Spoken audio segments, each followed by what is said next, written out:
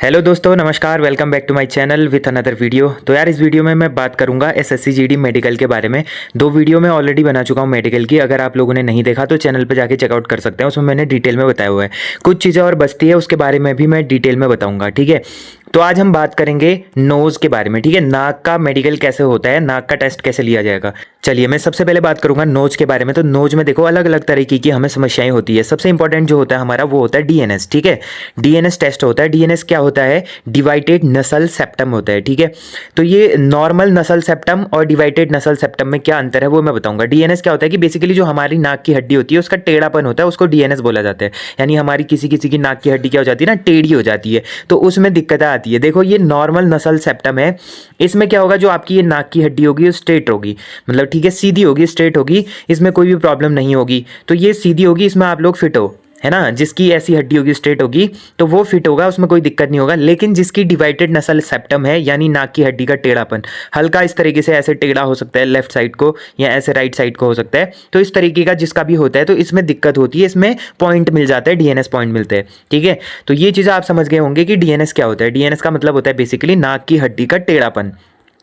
इसके बाद डीएनएस के बारे में मैं और डिटेल में बात करूं, मतलब हमारी बॉडी में कुछ ऐसे डेवलपमेंट हो जाते हैं, कुछ डिफेक्ट हो जाता है, उसकी वजह से हमारा ये क्या हो जाता है, डीएनएस हो जाता है। यानी कोई कोई या तो फिर क्या होगा, इसका कारण क्या होगा, मैकेनिकल ट्रॉमा हो सकता है, ठीक है। तो इस वजह से हमारा क्या होता है, डीएनएस की प्रॉब्लम होती है। अब यहाँ पर आप लोग ये फोटो देख पा रहे होंगे, इसमें आप लोग देखिए, ये जो डीएनएस है यानी ये नॉर्मल है, ठीक है। डीएनएस क्या है, ये वाला नॉर्मल है, नॉर्मल डीएनएस है। लेकिन ये क्या है, नॉर्मल नहीं है, ये डिवाइडेड है, ठीक है। डीएनएस क्या है, ये डिवाइडेड है, यानी इसमें प्रॉब्लम है। इसमें नाक की हड्डी टेढ़ी है। तो टेढ़ी होने की वजह से क्या हो रहा है, एक साइड का जो हमारा होल होता है वो छोटा सा दिख रहा है, एक साइड का बड़ा दिख रहा है। तो इससे प्रॉब्लम होती क्या है ना, बेसिकली हमें सांस लेने में प्रॉब्लम हो सकती है, जिसको हम लोग पॉलिप्स बोलते हैं। क्या बोलते हैं? पॉलिप्स बोलते हैं। पॉलिप्स का मतलब होता है कि जैसे सांस लेने की समस्या, सांस लेने में कोई रुकावट तो नहीं हो रही है, ये प्रॉब्लम्स हमारी इसमें आ जाती है, डीएनएस में, पॉलिप्स में आ जाती है। तो ये चीज़ें होती है। ये डॉक्टर क्या करता है, यहाँ पर टॉर्च लगा के ऐसे देखेगा कि नाक की हड्डी कहाँ से कितनी बड़ी हुई है, क्या प्रॉब्लम है, ये सांस तो ले पा रहा है, नहीं ले पा रहा। तो इस तरीके से हमारा डीएनएस टेस्ट होता है। इसके अलावा ज़्यादा कोई टेस्ट नहीं होता नाक में, ठीक है। इसके बाद ईयर टेस्ट की मैं बात करूँगा, कानों का कैसे टेस्ट होता है। तो यहाँ पर आप देख पा रहे होंगे, ये जो मशीन है ऑटोस्कोप, ऑटोस्कोप को क्या करा जाता है, ऐसे कान के अंदर डाल के ईयर टेस्ट करा जाता है। अब मैं डिटेल में बताता हूँ। देखो, यहाँ पर आप लोग देख पा रहे होंगे, ये ऑटोस्कोप है, ठीक है। ये ऑटोस्कोप है, इसको कान के अंदर इतना डाल दिया जाता है, कोई कोई डॉक्टर अंदर तक भी डाल देता है, ठीक है। तो ये हमारे ईयर ड्रम्स होते हैं, यहाँ पर ये ईयर ड्रम्स होते हैं। मेनली जो दिक्कत होती है, हमारी प्रॉब्लम होती है, जिसको कम सुनाई देते हैं, कोई भी कानों में अचानक से ऐसे खुजली लग जाना, कुछ हो जाना, कान के अंदर ऐसे गुदगुदी हो जाना, तो यहाँ पर ईयर ड्रम में कुछ ना कुछ प्रॉब्लम होती है। तो जिनको ये प्रॉब्लम है, क्या हो जाता है ना, यहाँ पे किसी किसी का वैक्स हो जाता है, बहुत ज़्यादा वैक्स जमा होता है, तो अचानक से हमें ऐसे गुदगुदी लगने लगती है कान में, फिर हम ऐसे कान में उंगली डाल के खुजाने लगते हैं। तो ये चीज़ें इस वजह से होती है कि हमारे कानों में बहुत ज़्यादा वैक्स या कुछ ऐसे प्रॉब्लम होती है, तब जाके ये हमारे एयर ड्रम में दिक्कत देते हैं। तो आप लोग क्या करो, जिन्होंने अभी तक एयर वैक्स से साफ़ नहीं करा है, कान चेक नहीं कराए हैं, तो आपको क्या करना है, साफ़ करना है। कम से कम 1 हफ्ता पहले आप लोगों को ये करना चाहिए, ताकि आपके कान में कोई भी सूजन ना हो, कोई भी प्रॉब्लम ना हो, ठीक है। नहीं तो क्या हो जाता है ना, अगर आप लोग मेडिकल से 1-2 दिन पहले कराते हो तो कभी कभी कानों में कुछ ऐसा हो जाता है कि सूजन हो जाती है। डॉक्टर, अगर आप अच्छे डॉक्टर से नहीं कराते तो आपके कानों में सूजन हो जाती है। और आप लोग रोड साइड जो 20-50 रुपये में करते हैं अंकल लोग, उनसे मत कराना, ठीक है। आप लोग डॉक्टर के पास जाके अच्छे से मशीन से ही इसको साफ़ करवाना, ठीक है। तो ये इस तरीके से हमारा ईयर ड्रम देखा जाता है। इसके अलावा कुछ और चीज़ें होती है।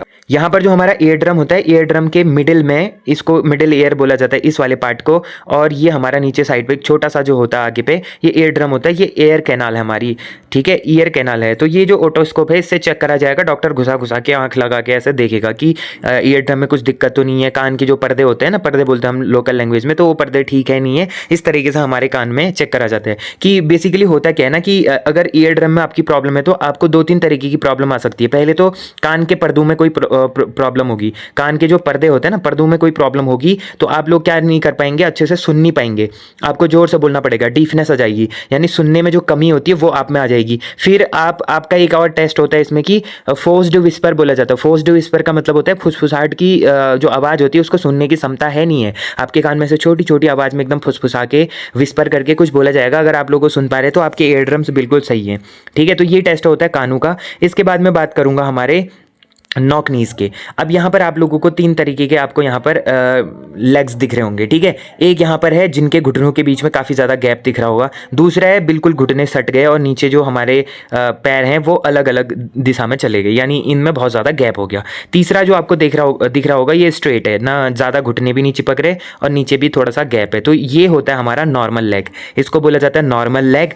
और ये होता है हमारा नॉक नी और इसको बोला जाता है बो लेग्स, ठीक है। यहाँ पर आपको लिखा भी दिख रहा होगा, नहीं लिखा है, देखो ये इसको क्या बोलते हैं, बो लेग्स बोलते हैं, यानी आपके घुटनों के बीच में बहुत ज़्यादा गैप होगा तो इसमें भी आपको पॉइंट दे दिया जाएगा, इसमें भी आपको क्या मिलेगा, पॉइंट मिलेगा, और ये अनफिट होने का एक रीज़न बन सकता है। दूसरी चीज़, अगर आपको नॉक नहीं है तो आपके ऐसे घुटने जब सट जाएंगे तो नीचे वाले जो एंकल्स होते हैं ये नहीं मिल पाते आपस में, तो इसमें भी आपको पॉइंट मिल सकता है, इसमें भी बाहर होने के चांसेस होते हैं। आपके लेग्स कैसे होने चाहिए, ऐसे स्ट्रेट होने चाहिए, इनमें बहुत ज़्यादा गैप भी नहीं होना चाहिए और एकदम सटे हुए भी नहीं होना चाहिए, तो इस तरीके से स्ट्रेट लेग्स होने चाहिए, तो ये नॉक नहीं हो गई, ठीक है। तो यहाँ पर आप लोग देख पा रहे होंगे, इसको बोला जाता है नॉर्मल जो स्ट्रेट होगा, और बहुत ज़्यादा गैप है, एकदम अंडे के आकार का ओवल शेप बन रहा है तो इसे बो लेग्स बोला जाता है। और इस तरीके का शेप बन रहा है, एकदम घुटने चिपक रहे, नीचे से गैप है, तो इसे नॉक नीज बोली जाती है। तो बेसिकली नॉक नीज ये होती है। अगर किसी के लेग्स ऐसे होते हैं लेकिन हल्का सा घुटना चिपक रहा होता है तो वो लोग समझते हैं कि मेरी नॉक नी है, लेकिन वो नॉक नी नहीं होती।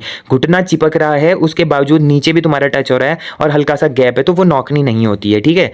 तो ये चीज़ें होती है, इसके कुछ एक्सरसाइजेस होते हैं, अगर आपको हल्की फुल्की नॉक नी है तो एक्सरसाइजेस आप लोग ठीक कर सकते हैं। इसके बाद नेक्स्ट पॉइंट पर आऊँगा, इसे कहते हैं फ्लैट फुट यानी फॉलन आर्क। फॉलन आर्क में क्या होता है, बेसिकली हमारे पैरों के जो एंकल्स होते हैं इस तरीके से इस साइड को और ये इस साइड को झुके होते हैं, तो ये हमारा फ्लैट फुट होता है। इस कंडीशन में क्या होता है, हमारे पैर के बीच में कोई भी गैप नहीं बनता और हमारे पैरों के अगर हम लोग फिंगर मतलब जो फुटप्रिंट होते हैं, फुटप्रिंट लेंगे यानी पैरों के छाप लेंगे तो इस तरीके से बनता है, पूरे पैरों के छाप आ जाते हैं। अगर आप पानी में पैर डालो उसके बाद आप एक ऐसे सूखे हुए सरफेस पर पैर रखोगे तो आपके ऐसे छाप बनते हैं, तो ये भी डिस्क्वालीफाई का कारण बनता है, ठीक है। इसमें कोई भी उतना वो ट्रीटमेंट भी नहीं कर सकते कि ये ठीक हो, इसके लिए एक्सरसाइजेज होते हैं, बहुत टाइम होता है और उसके लिए आपको सही तरीके के जूते पहनने पड़ते हैं। अगर आप लोग ऐसे फ्लैट जो नीचे जो तला होता है ना जूते का शोल होता है वो फ्लैट वाला होगा तो ऐसे जूते पहनने से अवॉइड करो।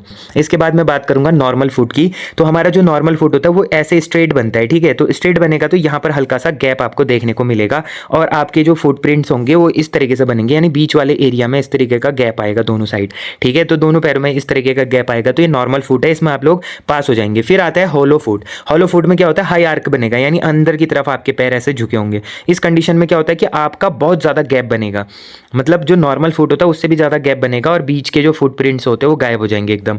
आगे के इतने और पीछे के इतने ही आपके वहाँ पर प्रिंट्स बन रहे होंगे, उसके अलावा आपका ये पूरा गायब हो जाएगा। तो इस कंडीशन में भी आपको रिजेक्ट कर सकते हैं या पॉइंट्स मिल सकते हैं, ठीक है। तो ये चीज़ें थी हमारा फ्लैट फुट के बारे में।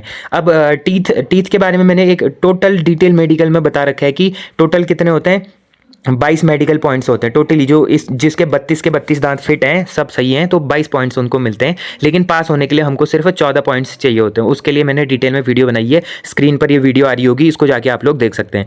तो 14 पॉइंट्स आपको कैसे लेने हैं, देखो जो हमारे मोलर टीथ होते हैं ना, लास्ट के ये जो 3 टीथ होते हैं इनको हम लोग मोलर कहते हैं, फर्स्ट मोलर, सेकंड मोलर और थर्ड मोलर। ये सबसे पहला वाला फर्स्ट मोलर, सेकंड वाला सेकंड मोलर, लास्ट वाला जो होता है वो थर्ड मोलर होता है। इन मोलर टीथ के हमें 2-2 पॉइंट्स मिलते हैं। अब ये मोलर टीथ कितने होते हैं टोटली, यहाँ पर देखो ये 3 मोलर से यहाँ हो गए और 3 मोलर से यहाँ हो गए। अब ये पेयर में होता है, सिंगल सिंगल नहीं होता, पेयर्स में 3 इधर हो गए 3 उधर हो गए, 6-6 12 हो गए ना। तो 12 का आपको कितना मिलेगा, 6 पेयर हो गए तो 12 पॉइंट्स मिलेंगे। तो ये 12 पॉइंट्स आपके यहीं से बन जाते हैं। अगर ये आपके 3 ये वाले 3 ये वाले 3 ये वाले 3 ये वाले, अगर ये 12 के 12 दांत सही हैं तो आपके 12 पॉइंट तो यहीं से बन गए। फिर 2 पॉइंट्स तो आपके बन ही जाते हैं ना। तो बेसिकली होता क्या है, अगर आप लोगों के 4-5 दांत खराब भी है, मान लो 2 दांत यहाँ के खराब हैं, एक यहाँ का एक यहाँ का, ऐसे 4-5 दांत खराब हैं, उसके बावजूद भी आपके 14 पॉइंट्स बन रहे हैं तो आप लोग बिल्कुल फिट हो जाएंगे। बस ये है कि मिला जुला के आपको 14 पॉइंट्स बनने चाहिए, चाहे आपके कितने भी दांत हो, 5 दांत ना भी हो तो चलेगा। अगर आपके 25 ही दांत हैं लेकिन 25 दांतों में भी आपका 14 पॉइंट बन रहा है तो फिर भी आप लोग फिट हो सकते हैं। तो आप लोगों को ये मिथ होगा कि अगर 28 से कम दांत हुए तो हम लोग अनफिट हो जाएंगे, ऐसा बिल्कुल नहीं होता है। अब ये मान लो कि जिनके टोटली 29 दांत आ रखे हैं और 4 दांत खराब हो तो वो कैसे फिट हो सकते हैं। अगर मान लो जिसके 28 ही आ रखे हैं और एक दांत खराब हुआ तो क्या वो अनफिट हो जाएगा, नहीं होगा ना। उसके 27 दांत तो ठीक है लेकिन उसके 14 पॉइंट बन रहे होंगे उस कंडीशन में तो वो फिट हो जाएगा, उसमें कोई दिक्कत नहीं होती है। तो ये आप लोग समझ गए होंगे कि बाकी जो जितने भी टीथ होंगे ना आगे के फ्रंट वाले, जिनको हम लोग क्या कहते हैं, इंसीजर और कैनाइन बोलते हैं, इनमें 1-1 पॉइंट मिलता है, 1-1 दांत का। अगर आपका 1-1 दांत सही है तो 1-1 पॉइंट मिलेगा। अब इसमें कुछ और चीज़ें होती है, उनके बारे में मैं बताऊंगा। देखो सबसे पहले मैं इनमें आप लोगों को बताता हूँ क्या क्या किन किन चीज़ों में आपको पॉइंट्स मिलते हैं। नंबर 1, आपके अगर दांतों में कैविटी है, क्या है कैविटी। कैविटी का मतलब होता है सड़न। अगर आपके दांत सड़े सुड़े हैं, इस तरीके के हैं, तो उसमें आपको पॉइंट्स मिलता है, आपको उसमें अनफिट भी कर दिया जाता है या पॉइंट्स मिलके रिफर कर दिया जाएगा, आर्मी मिलेगा। उस कंडीशन में आप लोग क्या करें, कैविटी को ठीक करने के लिए आपको उसको फिल कराना पड़ सकता है या फिल करा सकते हो। अगर गंदे ज़्यादा ही है तो उसको साफ़ वगैरह करा सकते हो अगर पॉसिबल है, नहीं तो आपको कैविटी को फिल करना पड़ेगा, फिर आपको उसमें पास कर दिया जाएगा। लेकिन ये काम आपको बहुत ही पहले करना होता है मेडिकल से, कम 15-20 दिन पहले कर लेना होता है ताकि वो थोड़ा रिपेयर हो। और कैविटी होने के बाद आपने अगर उसको फिल कराया, फिल कराने के बाद वो अजीब सा नहीं लग रहा, एकदम अच्छे तरीके से फिल कराया और कोई भी प्रॉब्लम नहीं है, खाना खाने में, बोलने में कोई भी दिक्कत नहीं हो रही है, उस कंडीशन में आप पास हो जाएंगे। ठीक है, तो एक कैविटी की प्रॉब्लम हो गई। दूसरा होता है डेंटल स्टेन्स। डेंटल स्टेन्स का मतलब होता है गंदे दांत जो होते हैं ना आपके, काले ऐसे हो, स्क्रीन पे लगा दूंगा मैं फोटो, यहाँ पे देख पा रहे होंगे। तो इस तरीके के अगर आपके गंदे दांत होंगे तो उसमें भी आपको बाहर करा जाता है। यानी जो काले काले धब्बे होते हैं ना, काले काले धब्बे नहीं होने चाहिए दांतों में एकदम। जो गुटखा वगैरह खाते हैं, पान मसाला खाते हैं, तो उनके दांतों के बाहर से अंदर से बीच बीच में ऐसे क्या हो जाता है, रेड या काला ऐसे धब्बे हो जाते हैं, तो उन धब्बों में भी दिक्कत होती है। वहाँ पे बाहर तो नहीं करेंगे लेकिन पॉइंट्स मिलेंगे आपको साफ करने के लिए, वो एडवाइस देंगे। ठीक है, तो ये चीज़ें होंगी। तीसरा क्या होता है, टेढ़े मेढ़े दांत होते हैं, जिसके क्या होते हैं, टेढ़े मेढ़े दांत होते हैं। तो टेढ़े मेढ़े दांतों में भी पॉइंट मिलता है, जहां पर फोटो देख पा रहे होंगे। इस तरीके की अगर आपके इस तरीके के अगर आपके दांत हैं तो इनमें भी पॉइंट्स मिलता है, तो इनको भी आप लोग ठीक कर सकते हैं। अब जो नए कैंडिडेट्स होंगे या जिनका वो है बाद में, तो आप लोग इनको थोड़ा सा मेडिकल हेल्प से थोड़ा बहुत अगर ठीक हो पाए तो कर सकते हैं, वरना जो अगले साल के लिए कर रहे हैं वो अभी से क्या कर ले, तार वगैरह लगा लें। तार वगैरह लगाने से आपके टेढ़े मेढ़े दांत सही हो जाएंगे। हल्के फुल्के टेढ़े मेढ़े चलता है, लेकिन बहुत ज़्यादा है तो तब दिक्कत होगी। और चौथा होता है माउथ ओपनिंग, यानी जो ओपन बाइट होता है एकदम, आप दांत बंद करने के बाद भी आपका मुंह क्या रहता है, खुला खुला रह जाता है। तो मुंह खुला रहता है, उस कंडीशन में भी आपको बाहर कर दिया जाता है। मुंह खुला रहने से आपको बोलने में दिक्कत हो सकती है या खाने में दिक्कत हो सकती है, तो उसमें भी आपको पॉइंट मिल सकता है। जिसका मुंह दांत मतलब दांत ऐसे चिपकाने के बाद, मुंह बंद करने के बाद भी पूरा मुंह ऐसे बंद नहीं हो रहा, तो उस कंडीशन में होता है, रेयर चांसेस होते हैं ये। ठीक है, इसके बाद मैं बताता हूँ नकली दांत, यानी जिन्होंने कैपिंग कराई हुई है। नकली दांतों की मैं बात करूँ तो ब्रिज कैपिंग इसमें अलाउ है, चल जाती है अगर आपने ढंग से कराया हुआ है। तो आपने अगर ब्रिज कैपिंग कराया हुआ है बढ़िया से, अगर आपके 2-3 दांत टूटे हुए थे तो आपने कैपिंग करा रखा है या फिल करा रखा है टूटे उटे दांतों को, या आधा दांत टूटा था उसमें आपने कैप लगा दिया, या फिर पूरा ही निकल गया था उसमें आपने कैप लगा दिया, तो वो अलाउ होता है। लेकिन आपने वो प्रॉपर तरीके से करा होना चाहिए, उसमें कोई भी दिक्कत ऐसी नहीं आनी चाहिए, प्रॉपर तरीके से करा होना चाहिए। उससे आपको बोलने में, खाने में या कोई भी बीमारी नहीं होनी चाहिए, तो आपका वो नकली दांत भी चल जाता है उसमें। लेकिन बहुत ज़्यादा नहीं होनी चाहिए कि आपने 5-6 दांत नकली लगा लिए, तो उसमें थोड़ी बहुत प्रॉब्लम हो सकती है। तो ये सारी चीज़ें थी जो मैंने आपको डिस्कस करनी थी। इसके बाद कुछ और पॉइंट्स हैं जैसे प्राइवेट पार्ट्स वगैरह, उसके लिए मैं एक अलग सी वीडियो लाऊंगा, उसमें जो जो चीज़ें पॉइंट्स बचते हैं वो लास्ट वीडियो में मैं आपसे डिस्कस करूंगा। तो इतनी ही चीज़ें थी, होप करता हूं आपको ये वीडियो पसंद आई होगी। अगर आपको कोई भी प्रॉब्लम है तो आप मेरे को व्हाट्सअप नंबर पर मैसेज कर सकते हैं। ठीक है, डिस्क्रिप्शन में आपको व्हाट्सअप नंबर दिख रहा होगा, वहाँ पर आप लोग मेरे को कांटेक्ट कर सकते हैं। वहाँ पर मैं आपको चीज़ें बता दूंगा अगर आपको छोटी मोटी प्रॉब्लम है। अब देखो, आज हो गई 9 तारीख हो गई, 3 दिन बाद आपका मेडिकल स्टार्ट है, तो एकदम कूल होके, एकदम कूल काम होके आपको मेडिकल देना है। जिनका फर्स्ट टाइम है, जो सेकंड ईयर वाले हैं, थर्ड ईयर वाले हैं, उनको तो एक्सपीरियंस होगा, लेकिन जो फर्स्ट टाइम वाले हैं उनको थोड़ी बहुत डर लग रहा होगा, दिक्कत हो रही होगी, और वेट वगैरह से भी रिलेटेड आप लोगों को दिक्कत हो, वो नेक्स्ट वीडियो में मैं बात करूँगा। ठीक है, तो चलिए आज के लिए इतना ही। होप करता हूँ वीडियो पसंद आई, मेक श्योर लाइक जरूर करना। जो लोग चैनल से नहीं जुड़े, चैनल को सब्सक्राइब कर देना। तो मिलते हैं ऐसे इंटरेस्टिंग और अमेजिंग वीडियो के साथ, तब तक के लिए take care and bye bye.